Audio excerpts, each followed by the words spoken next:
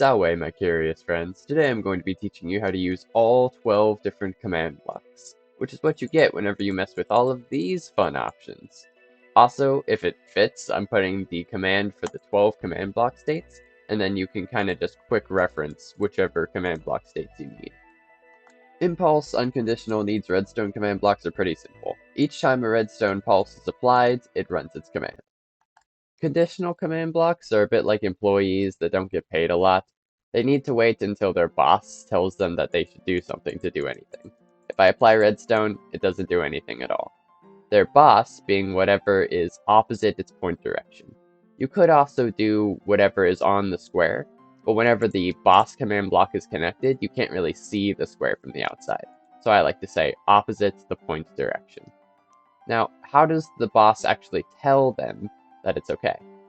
Well, the boss has a score called success count, and whenever that's 1, that means this one can activate.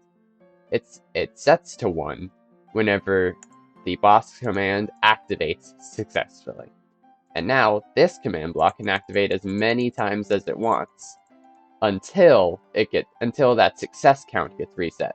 Let's check out the command. You can see that the success count is now 1 for this command block. But if I go in and I press done, even if I don't change anything, I could change something, I could not. Whenever I press done, now the success count is 0 again. You can also change the success count on BT data with /data merge. The impulse unconditional always active command block is so weird. Always active makes it so then it pretends there's a redstone block next to it at all times, which means you can't activate it again. It just will not happen.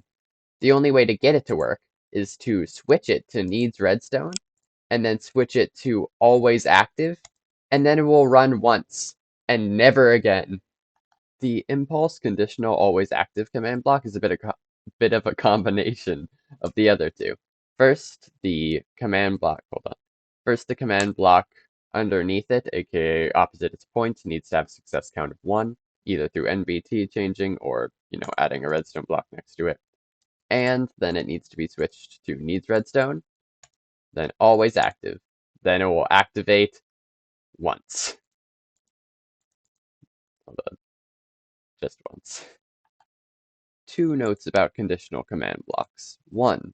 The boss block down here, it can point in any direction you want. 2 is a bit of a rhyme. If the command doesn't run, the success count won't be set to 1. Sometimes the command won't run for various reasons, but maybe there's a precondition that asks, hey, if the block at this location is this material, then run the command. Obviously, the block at that position is not that material, and so if I do this, the command won't run. It won't say this command won't activate, and thus, no matter how many times I switch from needs redstone to always active, this command is not going to activate. Chain command blocks work that whenever a command block running into it activates, then the chain command block itself works. Multiple command blocks can point into the chain. Also, the command blocks pointing into it don't actually have to work. So here we've got an if statement that says, hey, this block right here, it's a beacon base block. And if not, then don't run this command. So whenever I run this, nothing's going to happen. Hold on. But these are chain unconditional needs redstone, which means there needs to be redstone here. So I put this here. This command doesn't activate, but this one does. And this one does. You may notice that this command block right here has nothing in it. Literally nothing, but it still carries the chain. The chain conditional needs redstone command block obviously needs redstone power.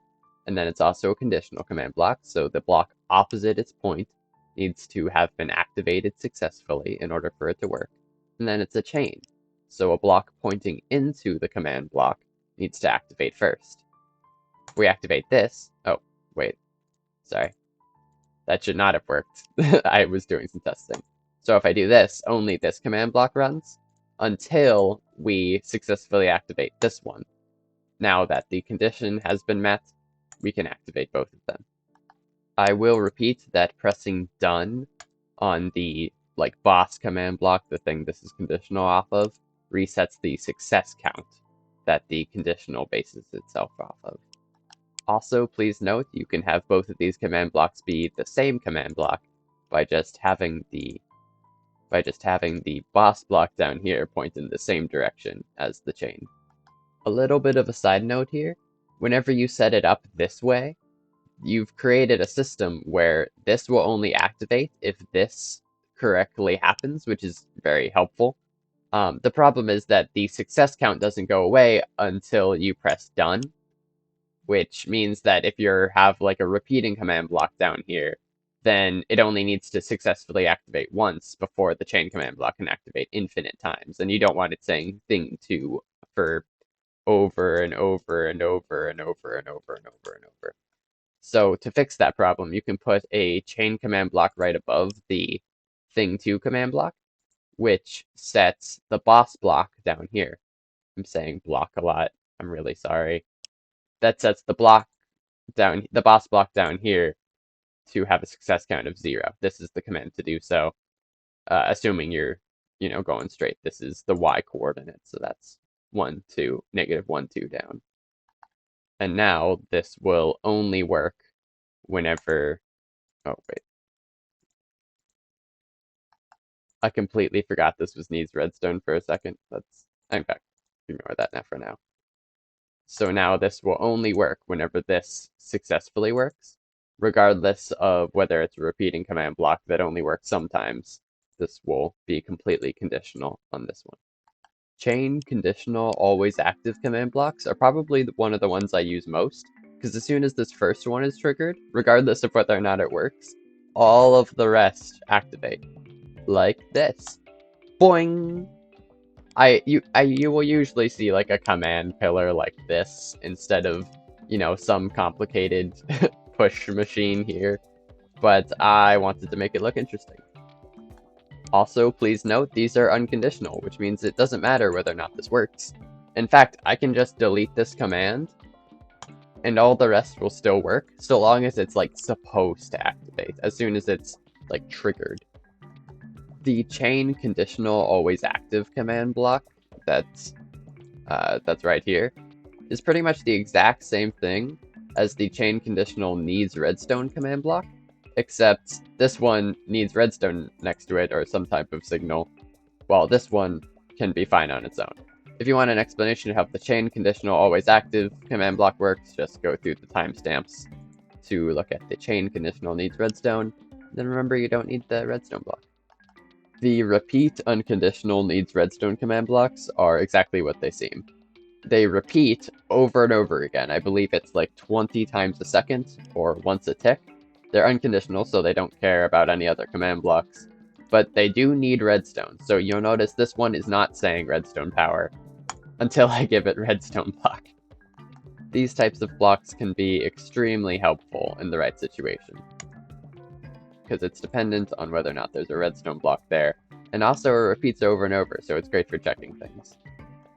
The repeat conditional needs redstone command block has kind of two parents. First of all, it needs the block underneath it to have successfully activated, having a success count of 1, and it needs redstone. So if it has one but not the other, it won't work. So redstone, the command isn't running. Just this activating? Nope, nothing. But this is already activated, and now we add redstone, and now it does the command. That is, until the success count gets reset by me pressing done, or until we destroy the redstone. I would like to skip this command block real quick, so then I can show you that this block over here, the repeat conditional always active, is the exact same thing as this one, except it does not need the redstone. So you would just need the successful, well, actually it doesn't matter which direction it is. You would just need the successful activation of this one for this one to work. And finally, my personal favorite, the repeat unconditional always active command block. This one is incredibly chaotic. In fact, I'm just going to have it say chaos. Done. And it just keeps going. It just keeps going forever and ever. It doesn't need redstone. It doesn't need command blocks underneath it telling it what to do. It doesn't need anything. And whatever I say underneath, of course, that's the top of the picture. It just doesn't need anything. It just keeps going and going forever until we, I don't know, set it needs redstone or something. It's crazy, y'all. This coding, it's too much for me to handle. Now that you are all thoroughly excited and reveling in your new command block knowledge, I would like to point out that this command, which spawns in the 12 command block states book, is available in the description, assuming it fits. This is a quick reference for all the different command block states. Also, throughout the video, I talk about conditionals more in depth at different places, especially at the beginning. If you want an in-depth knowledge of conditionals, then I would suggest watching the whole video. Other than that, my name is Serving Spy02. Thank you for letting me serve you.